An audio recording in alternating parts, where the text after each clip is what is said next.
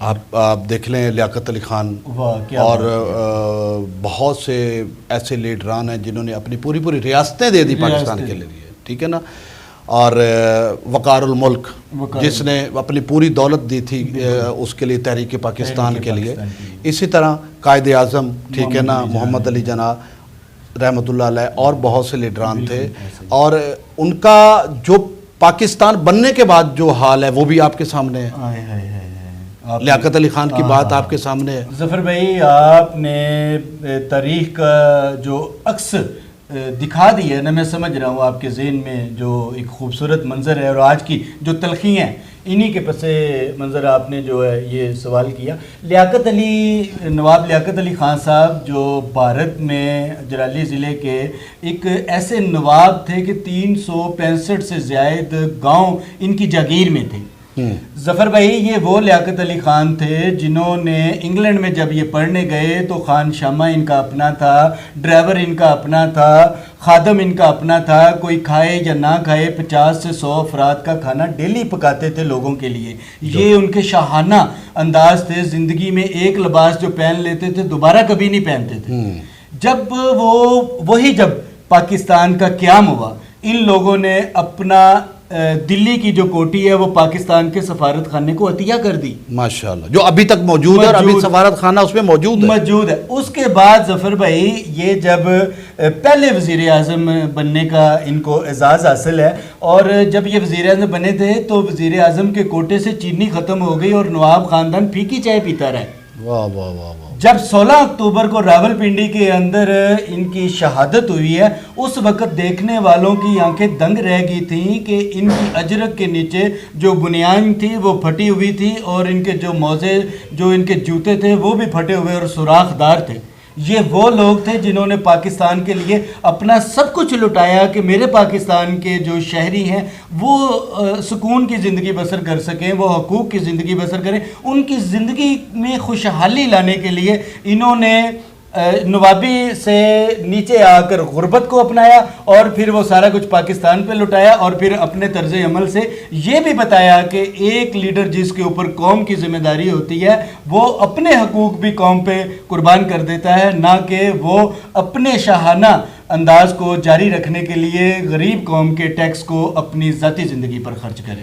اب دیکھیں نا ناظرین کہ یہ وہ لیڈر تھے جنہوں نے پاکستان بنایا، انہیں احساس تھا، انہیں درد تھا اس بات کا، وہ سمجھتے تھے کہ کن مشکل حالات میں انہوں نے پاکستان کا وجود قائم کیا۔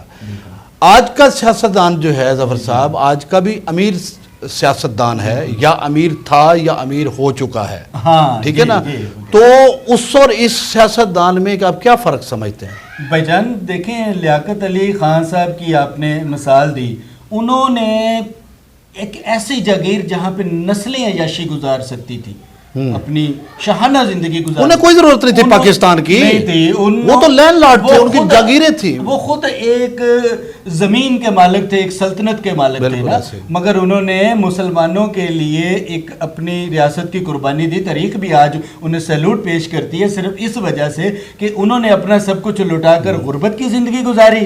اور میں نام نہیں لینا چاہوں گا معذرت کے ساتھ، کیونکہ ہماری عوام بھی جانتی ہے، اور آج کے لیڈروں نے غربت سے نکل کر امیر اور امیر ترین ہونے تک اپنے سفر کو جاری رکھا۔ یہ فرق ہے۔ اگر آپ دیکھنا چاہتے ہیں اس سے بھی پیچھے چلے جائیں تو آپ حضرت عمر فاروق کو بھی بطور مثال اپنے لے سکتے ہیں، اسلامی خلافت کے جو امیر المومنین گزرے ہیں ان کو بھی لے سکتے ہیں۔ کیا نہیں وہ کر سکتے تھے، مگر ظفر بھائی جو نام غربت میں اور قربانی میں پیدا ہوتا ہے وہ دولت میں اور شہرت میں پیدا نہیں ہوتا۔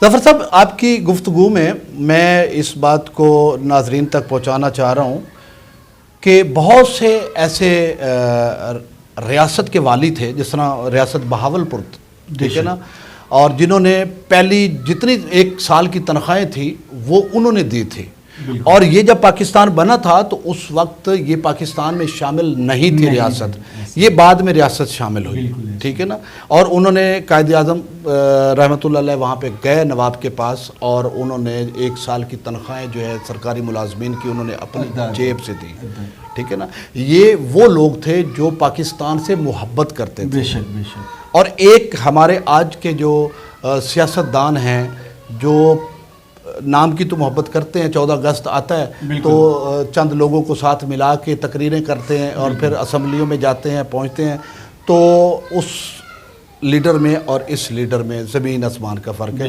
ہماری دعا ہے کہ اللہ تعالیٰ ان کو راہ راست پہ لائے اور یہ پاکستان کے لیے سوچے. اور خاص طور پہ میں اپنی عوام کو یہ کہوں گا کہ خدا را, جس طرح ظفر صاحب نے بڑی خوبصورت بات کی ہے کہ قوم کا فرد بنے, بے شک, سیاسی نمائندہ مت بنے. سیاسی نمائندہ صرف اپنے لیڈر کو فالو کرتا ہے. پاکستانیت پاکستانی ہونے پر فخر کریں, پاکستانی ہونے پر فخر کریں اور اپنے ایک قوم کا نمائندہ بنیں, قومیت کو سامنے لائیں.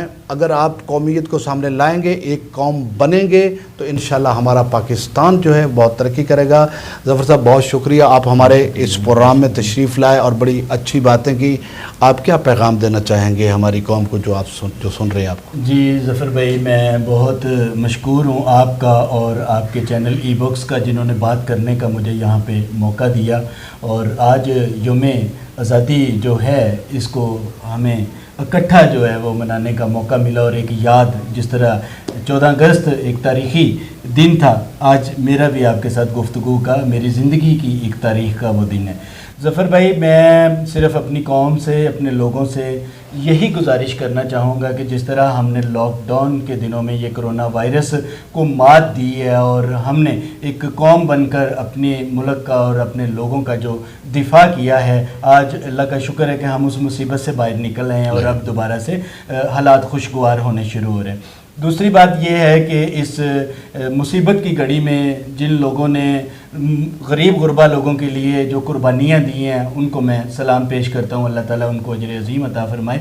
اور دوسرا, آخر میں جو 14 اگست کا پیغام جو ہے اس کے حوالے سے میں آپ سے صرف اور صرف یہی اس قوم سے کہنا چاہوں گا کہ خدا کے لیے اپنے کسی بھی پارٹی کے ساتھ وابستگی کے ہونے پر فخر محسوس نہ کیجیے. آپ اپنے مسلمان ہونے پر فخر محسوس کریں, آپ اپنے پاکستانی ہونے پر فخر محسوس کریں. اگر آپ پاکستانیت کے جذبے کو اپنے دل میں رکھ کر کسی سیاستدان کا احتساب کریں گے تو یہ ملک اپنی ترقی کی منازل کو طے کرے گا. اور اگر مسلمان بن کر آپ لوگوں کا احتساب کریں گے یا خود اپنے ضمیر کو اس بات کا پابند کریں گے کہ آپ نے کوئی بھی خلاف شرع کام نہیں کرنا, آپ نے کوئی بھی کام سنت سے ہٹ کر نہیں کرنا, تو پھر آپ اپنے معاشرے کو ایک خوبصورت انسان دے رہے ہیں. اپنی زندگی کو اس قدر خوبصورت کیجئے کہ لوگ اس سے فائدہ اٹھائیں, دوسروں کے لیے جینا شروع کیجئے, اس ملک کی ترقی کے لیے اپنا کردار ادا کیجئے. ضروری نہیں ہے کہ آپ کو اپنے لوگوں کی خدمت کرنے کے لیے سیاست کی یا حکومت کی بیساکھیوں کی ضرورت ہو. ایسے کمزور نہ بنیے, بلکہ ایسے بہادر بنیے جو اللہ کی رضا کے لیے, اللہ کی پارلیمنٹ میں جانے کے لیے اپنی عوام کی خدمت کرتے رہیں. بہت شکریہ جناب, تھینک یو ویری مچ, بہت اچھا لگا آپ سے مل کر. ناظرین, تو اقبال ظفر صاحب کی آپ نے گفتگو سنی اور ہمیں اب اجازت دیجیے. انشاءاللہ ایک نئے مہمان کے ساتھ پھر آپ کی خدمت میں حاضر ہوں گے. بہت شکریہ. Please subscribe to this channel, eBox.